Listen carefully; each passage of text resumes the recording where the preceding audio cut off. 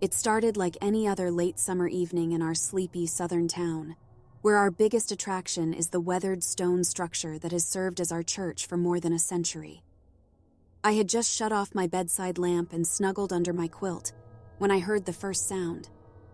It wasn't loud, just a faint whimper carried on the gentle breeze, almost lost in the nighttime chorus of crickets.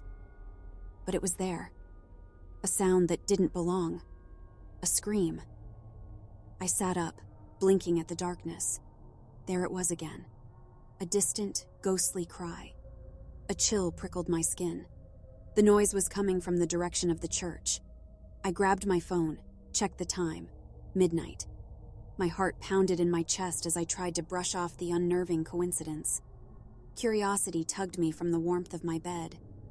I lived alone in my little farmhouse, the nearest neighbor half a mile away, and the church just beyond the hill in front of my house.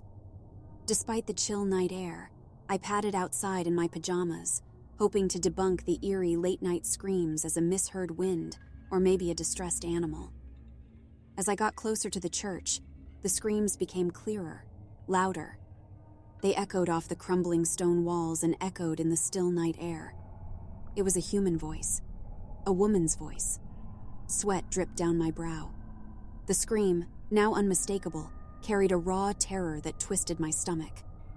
I fumbled with my phone, dialed the sheriff, and waited, my gaze locked on the dark silhouette of the church against the starry sky.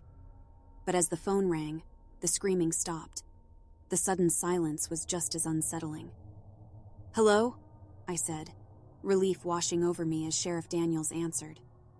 I explained what I'd heard, and his tone turned serious.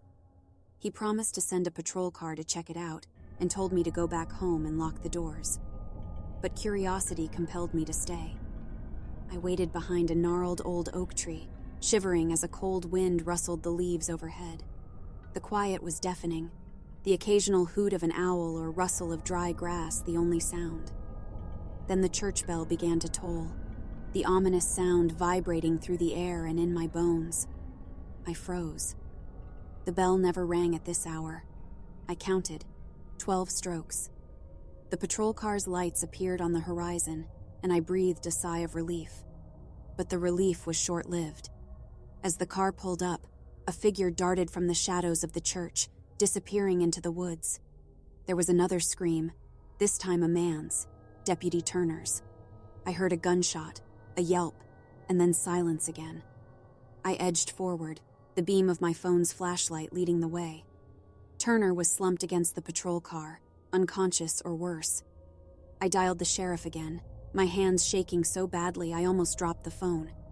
His voice, this time panicked, instructed me to stay put and wait for backup. But the ominous silence from the church drew me in. The heavy wooden door creaked open, revealing a dimly lit interior. Candles flickered on the altar, their glow casting long, menacing shadows. That's when I saw her, a figure in a flowing white gown, standing in front of the pulpit. She turned towards me, and I froze. Her eyes were vacant, lost. She began to sing an unfamiliar hymn in a haunting, ethereal voice. "Who are you?" I managed to stammer, my voice shaking. She smiled, a sorrowful, chilling smile. "I am the one who waits," she said, her voice barely a whisper. There was a sharp, piercing wail, a last cry from some lost soul.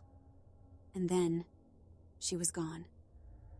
The next thing I remember was Sheriff Daniels shaking me awake in the morning light.